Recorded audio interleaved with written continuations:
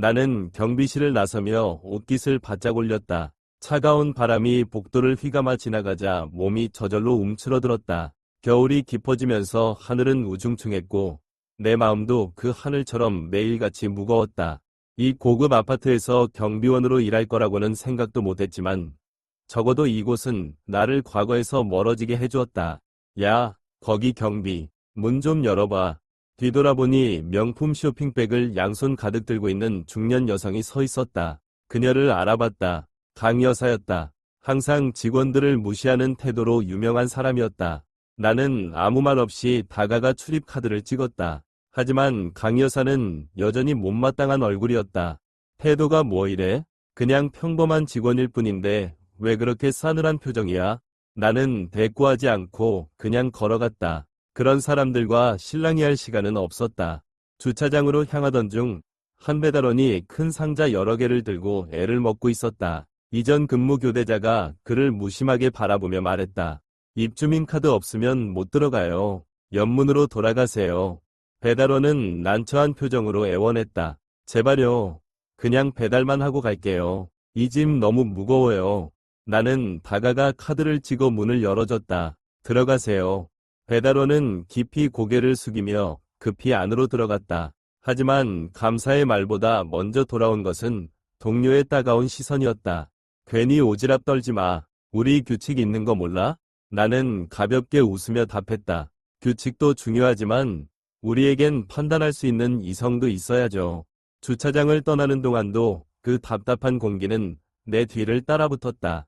나는 타인의 평가 어린 시선에 익숙했다. 경찰을 그만두고 이 일을 선택했을 때 사람들은 나를 실패자로 여겼다. 하지만 그들은 몰랐다. 내가 무엇을 겪었는지, 내가 무엇을 잃었는지. 경비실로 돌아와 의자에 앉았다. 거울을 바라보았다. 거울 속에는 단정하게 짧은 머리를 한 여자가 보였다. 차가운 인상. 하지만 눈동자 깊숙한 곳에는 끝없는 어둠이 드리워져 있었다. 과거의 어둠. 눈을 감았다. 그리고 기억이 예고 없이 밀려왔다. 총성. 비명이 울려 퍼졌다. 나는 지금의 내가 아니었다. 그저 평범한 경비원이 아니라 한때 범죄자를 쫓던 강력계 형사였다. 그리고 내 곁에는 항상 민석이 있었다. 지은, 우리가 놈을 제압할 수 있어. 그의 목소리는 낮고 차분했지만 긴장감이 느껴졌다. 나는 내 판단을 믿었다. 하지만 나는 틀렸다. 황, 총성이 울렸다. 피가 땅을 적셨다. 민석이 내 눈앞에서 쓰러졌다. 놀람과 고통이 가득한 눈동자가 나를 향했다.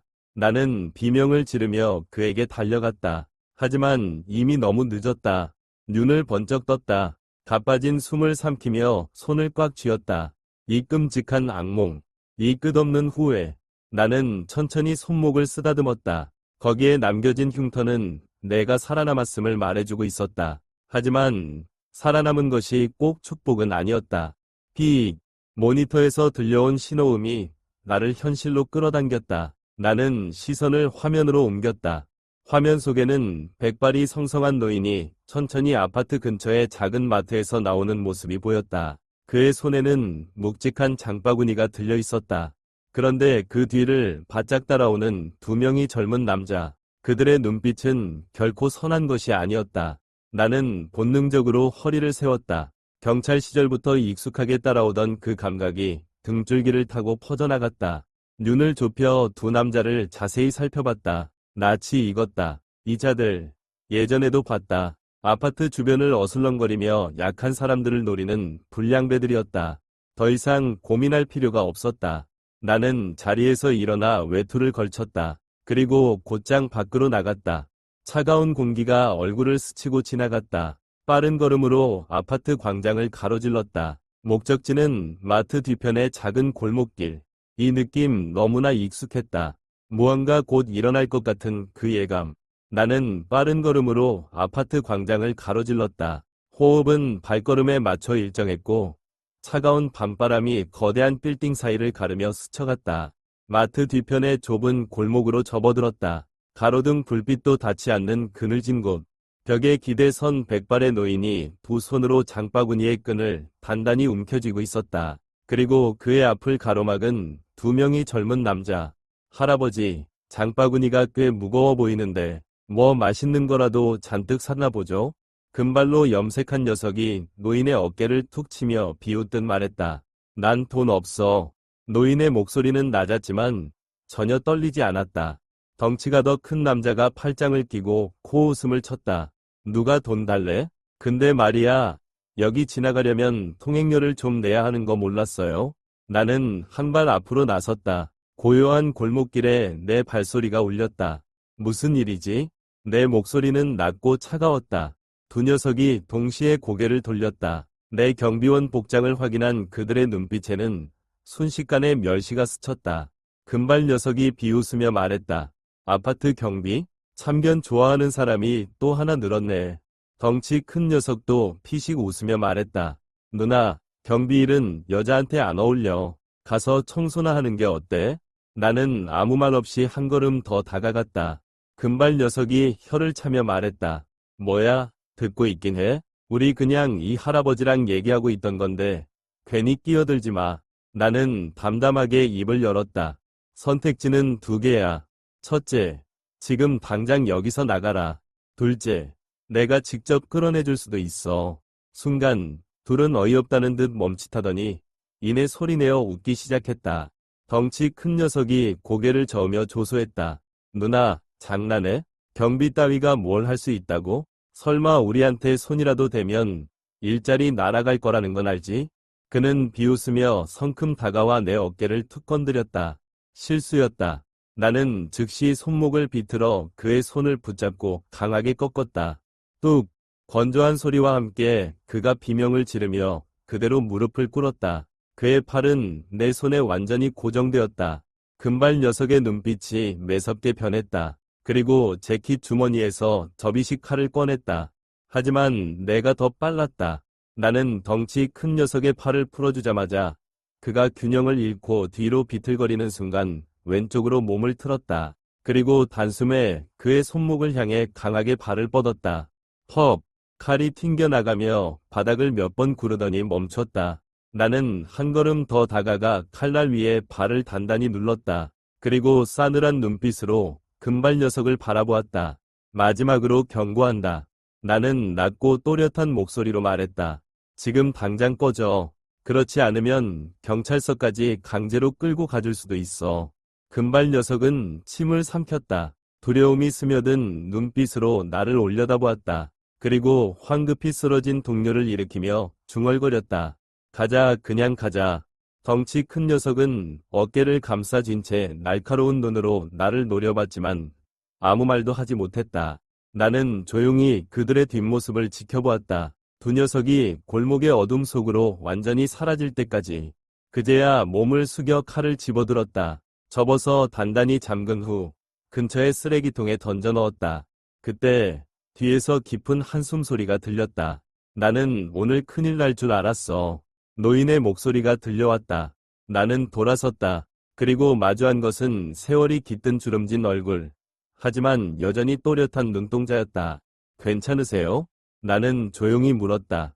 노인은 고개를 저으며 미소 지었다. 경비원치고는 싸움 실력이 대단하네. 나는 어깨를 으쓱였다.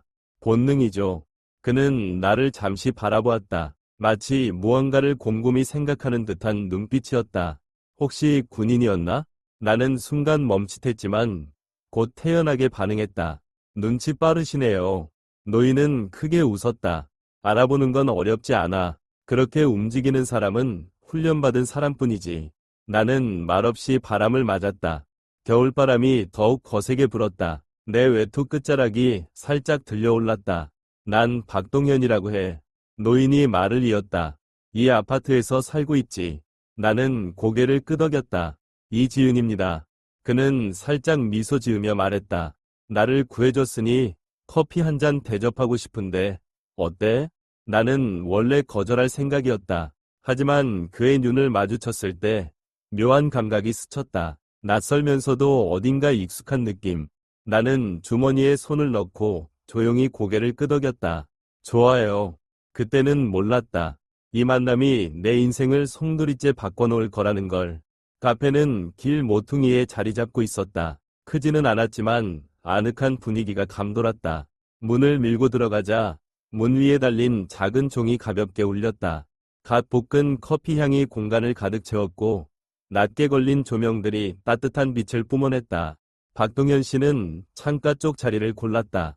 나는 의자를 당겨 앉으며 장갑을 벗고 두 손을 비벼 손끝에 남은 냉기를 털어냈다. 아메리카노 한 잔이요. 젊은 여자 직원이 주문을 받으러 다가오자 나는 간단히 말했다. 노인이 미소 지었다. 나도 같은 걸로 하지. 심플하지만 깊은 맛이 나는 커피지. 나는 대답하지 않고 조용히 그를 바라보았다. 따뜻한 조명 아래서 그의 얼굴이 더욱 선명하게 보였다. 깊게 패인 눈가의 주름, 오랜 세월 노동으로 거칠어진 손. 그런데 이상하게도 그에게서 묘한 친숙함이 느껴졌다. 어디선가 본 적 있는 것만 같았지만 기억을 떠올릴 수는 없었다. 질문 하나 해도 될까? 노인이 차분한 목소리로 물었다. 하시죠.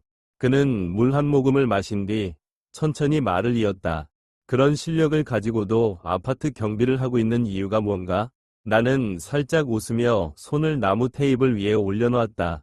조용한 삶이 좋아서요. 노인은 살짝 눈썹을 올렸다. 정말 그렇게 생각하나? 나는 바로 대답하지 않았다. 그 순간 직원이 커피를 가져왔다. 나는 조용히 잔을 젓기 시작했다. 김이 모락모락 피어올라 시야를 살짝 가렸다. 예전에 경찰이었어요. 나는 담담한 목소리로 말했다. 하지만 그만뒀죠. 박동현 씨는 나를 가만히 바라봤다. 마치 내 말 속에서 무언가를 찾으려는 듯한 눈빛이었다. 후회하지 않나? 나는 씁쓸한 미소를 지었다. 아니요. 후회는 없다. 하지만 자부심도 없다. 단지 나는 과거로 돌아갈 수 없을 뿐이다.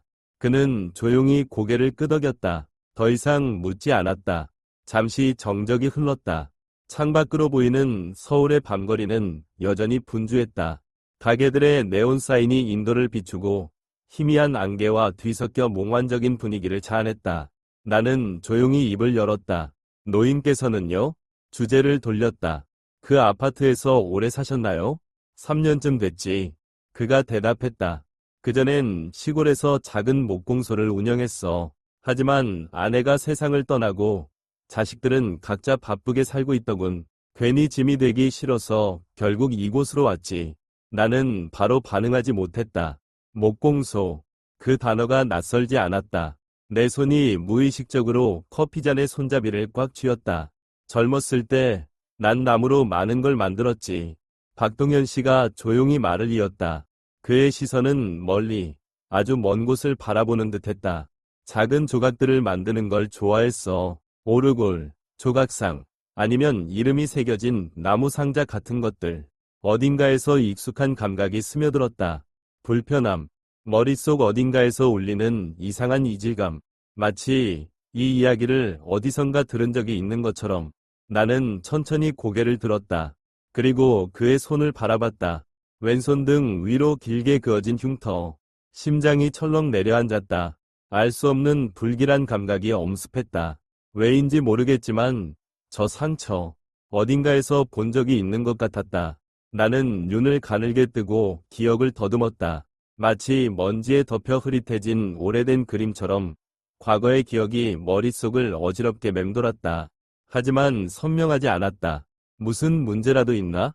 순간 그의 목소리가 나를 현실로 끌어당겼다. 나는 흠칫하며 고개를 들었다. 그가 나를 유심히 바라보고 있었다. 아니요. 나는 빠르게 대답했다. 하지만 심장은 여전히 빠르게 뛰고 있었다. 나는 커피를 한 모금 들이켰다. 입안에 퍼지는 씁쓸한 맛과 함께 가슴 속의 불안감을 억누르려 했다. 상처 하나일 뿐이다. 그저 한 몫의 이야기일 뿐이다. 그런데 왜 내 머릿속은 자꾸만 잊고 있던 무언가를 떠올리려 하는 걸까? 왜 나는 곧 아주 중요한 걸 기억해낼 것만 같은 느낌이 드는 걸까? 나는 방에 도착하자마자 외투를 벗어 의자 위에 휙 던졌다. 이 작은 공간이야말로 내가 바깥 세상을 잠시나마 잊을 수 있는 유일한 곳이었다. 하지만 오늘 밤 이 고요함은 나를 평온하게 하지 못했다. 나는 천천히 옷장을 열었다. 그리고 그 안에서 오래된 나무 상자를 꺼냈다. 세월이 지나며 색이 바래고 모서리는 닳아 있었다. 뚜껑에는 작은 글씨가 새겨져 있었다. 지은 항상 웃어줘. 나는 희미하게 남아있는 글씨를 손가락으로 천천히 쓸어내렸다. 마음 한구석이 묘하게 일렁였다. 뚜껑을 열었다. 그 안에는 오래된 나무 팔찌가 하나 놓여 있었다. 빛이 바래긴 했지만 여전히 형태는 그대로였다. 어린 시절 누군가가 내게 주었던 선물. 난 그것을 지금까지도 간직하고 있었지만 단 한 번도 다시 손목에 차본 적은 없었다. 창문 틈으로 찬 바람이 살짝 스며들었다. 겨울밤의 냉기가 방 안으로 스며들었다. 나는 눈을 감았다. 그리고 기억이 밀려오기 시작했다. 딱딱딱. 망치질 소리가 작은 공방 안을 가볍게 울렸다. 한 소년이 나무 의자에 앉아 작은 나무 조각을 정성스럽게 다듬고 있었다. 나는 어린 시절의 나로 돌아가 그의 옆에서 턱을 괴고 호기심 가득한 눈으로 그 모습을 바라봤다. 오빠, 뭐 만드는 거야? 나는 궁금한 듯 물었다. 소년이 고개를 들고 환하게 웃었다. 너한테 줄 선물. 나는 눈을 깜빡이며 그의 손에 들린 작은 나무 상자를 바라보았다. 언제 다 만들어? 거의 다 됐어. 소년은 신중한 손놀림으로 상자의 뚜껑에 글자를 새기고 있었다. 이거 꼭 간직할 거지? 당연하지. 나는 밝게 웃으며 대답했다. 소년은 완성된 상자를 내 손에 살며시 올려놓았다. 따뜻한 온기가 그의 손에서 전해졌다. 그럼 잘 간직해줘. 나는 눈을 번쩍 떴다. 가슴이 격하게 요동쳤다. 방금 떠오른 기억이 그 어느 때보다도 선명했다. 그 소년, 목공을 하던 아이. 나는 손에 쥔 나무 상자를 내려다보았다. 그리고 떠올렸다. 왼손 등 위로 길게 남겨진 흉터. 박동현의 손에 있던 그 자국. 설마? 숨이 가빠졌다. 심장이 미친 듯이 뛰었다. 나는 벌떡 자리에서 일어났다. 손이 떨리는 걸 느끼면서도 서둘러 휴대폰을 켰다. 그리고 검색창을 열었다. 아파트 근처 카페. 그가 매일 아침 찾는 곳. 나는 알고 있었다. 나는 그를 만나야 했다. 지금 당장. 나는 빠른 걸음으로 돌이 깔린 길을 따라 카페로 향했다. 차가운 새벽 공기가 손끝을 얼려갔지만 가슴속에서는 불길이 타오르는 듯했다.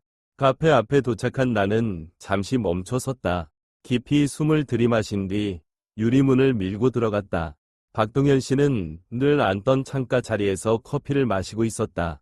김이 피어오르는 커피잔 옆. 그는 창밖을 바라보며 생각에 잠긴 듯 보였다. 거친 손이 테이블 위에서 가만히 얹어 있었다. 나는 조용히 걸어가 그의 맞은편에 앉았다. 그는 나를 보며 약간 놀란 듯 미소 지었다. 이렇게 일찍? 아직 내가 초대도 하지 않았는데.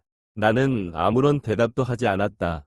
대신 가방에서 작은 나무 상자를 꺼내어 조용히 테이블 위로 밀어놓았다. 그의 눈길이 상자로 향했다. 그리고 순간 그의 미소가 멈췄다. 잠깐의 정적이 흘렀다. 그는 천천히 손을 뻗었다. 거친 손끝이 나무 표면을 부드럽게 쓸어내렸다. 그 손이 미세하게 떨리고 있었다. 나는 조용히 입을 열었다. 기억하시나요? 그는 대답하지 않았다. 대신 나무 뚜껑 위의 글자를 손끝으로 조심스럽게 짚었다. 그리고 눈을 감았다. 한참이 지난 후 그가 다시 눈을 떴다. 그의 시선은 깊어져 있었다. 다시는 볼 수 없을 거라 생각했어. 그가 낮은 목소리로 말했다. 그리고 나를 바라보았다. 네가 이걸 지금까지 간직하고 있었구나. 나는 천천히 고개를 끄덕였다. 목이 메어 더 이상 말을 잇지 못했다. 난 한때 가장 소중한 친구가 있었지. 그의 목소리는 바람처럼 부드러웠다. 늘 내 곁을 따라다니며 내가 하는 모든 것에 호기심을 갖던 작은 아이. 난 그녀에게 약속했어. 절대 나를 잊지 않도록 선물을 하나 만들어주겠다고. 심장이 조여왔다. 나는 떨리는 목소리로 물었다. 그런데 왜 사라진 거예요? 그는 씁쓸하게 웃었다. 그 미소 속에는 오랜 세월 묻어둔 후회가 가득했다. 아버지가 빚을 졌어. 우리는 하룻밤 사이에 모든 걸 정리하고 떠나야 했지. 작별 인사조차 할 시간이 없었어. 나는 두 손을 꼭 쥐었다. 난 기다렸어요. 나는 조용히 속삭였다. 찾으러 다녔어요. 하지만 아무도 당신이 어디로 갔는지 몰랐어요. 그는 나를 바라보았다. 그 눈에는 세월의 흔적과 지울 수 없는 미안함이 어려 있었다. 나도 내 생각을 했어. 그는 낮게 말했다.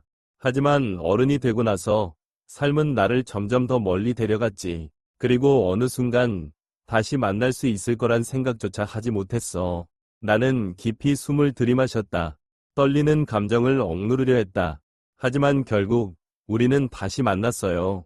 그는 천천히 고개를 끄덕였다. 그리고 희미한 미소를 지었다. 그래, 이건 단순한 우연일까? 아니면 운명일까? 나는 알 수 없었다. 하지만 확실한 한 가지는 있었다. 그것은 이 순간 우리를 갈라놓았던 30년의 시간이 완전히 사라졌다는 것. 나는 그를 바라보며 조용히 말했다. 그게 우연이든 운명이든 난 상관없어요. 중요한 건 우리는 다시 만나게 됐다는 거예요. 그는 한동안 말없이 나를 바라보았다. 그리고 천천히 고개를 끄덕이며 따뜻한 미소를 지어 보였다. 그 순간 내 가슴속 깊은 곳에서 오랫동안 가라앉지 않던 파도가 잔잔해지는 걸 느꼈다. 오랜만에, 정말 오랜만에 나는 진정한 평온을 느꼈다. 서울의 겨울은 여전히 차가웠다. 하지만 오늘은 이상하게도 따뜻하게 느껴졌다. 나는 박동현 씨와 함께 아파트 근처의 작은 공원을 천천히 걸었다. 잿빛 하늘 아래 가벼운 눈송이가 벌거벗은 나무가지 위로 내려앉았다. 나는 옷깃을 더욱 바짝 올리고 차가운 공기 속으로 녹아드는 숨결을 느꼈다. 이런 날이 올 거라고는 한 번도 생각해 본 적 없었어. 그가 조용히 말했다. 외투 주머니에 손을 넣은 채 눈발이 흩날리는 하늘을 올려다보았다. 이렇게 오랜 시간이 흐른 뒤 이런 예상치 못한 상황에서 다시 만날 줄은. 나는 미소 지었다. 인생이란 게 원래 그렇죠. 가끔은 장난처럼 엉뚱한 방향으로 흘러가니까요. 그는 고개를 끄덕였다. 혹시 후회하지 않나? 나는 살짝 눈썹을 올렸다. 무엇을요? 그는 잠시 머뭇거리다 말했다. 그 상자를 간직한 것, 그리고 나를 기억하고 있던 것. 나는 발걸음을 멈추고 천천히 몸을 돌려 그를 마주보았다. 만약 후회했다면 전 애초에 여기 오지도 않았겠죠. 그는 한참 동안 나를 바라보았다. 그리고 가볍게 웃었다. 그래, 너는 예전 그대로구나. 말은 많지 않지만 한마디 한마디가 날카로워. 나는 대답하지 않았다. 대신 다시 천천히 걷기 시작했다. 눈이 조금 더 굵어져 벤치와 벽돌길 위에 희미한 흰색 흔적을 남기고 있었다. 난 너무 오랫동안 혼자 지냈어. 그의 목소리가 낮게 울렸다. 젊었을 때는 그저 앞만 보고 달렸지. 일만 쫓아가다가 어느 순간 돌아보니 나 혼자였어. 이미 너무 늦어버렸더군. 나는 조용히 걸음을 맞추며 그의 말을 들었다. 어떤 말도 서두르지 않았다. 하지만 아마도 그가 말을 멈췄다. 그의 눈빛이 한층 부드러워졌다. 운명이 내게 또 한 번 기회를 준 걸지도 몰라. 나는 옆눈으로 그를 바라보았다. 그의 다음 말을 기다리며 난 너무 많은 걸 잃어버렸어. 그가 조용히 말을 이었다. 하지만 너만큼은 다시 잃고 싶지 않아. 나는 걸음을 멈췄다. 나는 원래 감정을 쉽게 드러내는 사람이 아니었다. 오랜 시간 동안 나는 스스로를 보호하기 위해 높은 벽을 쌓아 올렸다. 상처와 외로움을 감추기 위해. 하지만 지금 눈 덮인 이 거리 위에서 나는 더 이상 도망칠 수 없다는 걸 깨달았다. 나는 깊이 숨을 들이마셨다. 알아요. 저도 그렇게 생각했어요. 나는 조용히 말했다. 제 인생은 그저 끝없는 상실의 연속이라고. 그래서 누구와도 너무 가까워지지 않으면, 누구도 소중하게 여기지 않으면 더 이상 상처받지 않을 거라고 믿었어요. 박동현 씨는 아무 말 없이 내 말을 들었다. 그의 따뜻한 시선이 나를 감쌌다. 나는 다시 입을 열었다. 하지만 어쩌면 제가 틀렸을지도 몰라요. 중요한 건 잃어버리는 걸 두려워하는 게 아니라 지금 곁에 있는 사람을 소중히 여기는 거라는 걸. 그의 입가에 잔잔한 미소가 번졌다. 눈빛 속에는 오래된 온기가 담겨 있었다. 그럼 그가 부드럽게 물었다. 새로운 시작을 해볼 마음이 있나? 나는 그를 바라보았다. 그리고 오랜 시간 동안 잊고 있었던 평온함을 느꼈다. 천천히 나는 고개를 끄덕였다. 네, 준비됐어요. 부드러운 바람이 불어와 흩날리는 눈송이를 데려갔다. 하지만 이번엔 더 이상 차갑게 느껴지지 않았다. 우리는 다시 걸었다. 서두를 필요 없이 그저 함께. 이번에는 절대 다시 길을 잃지 않을 것이다.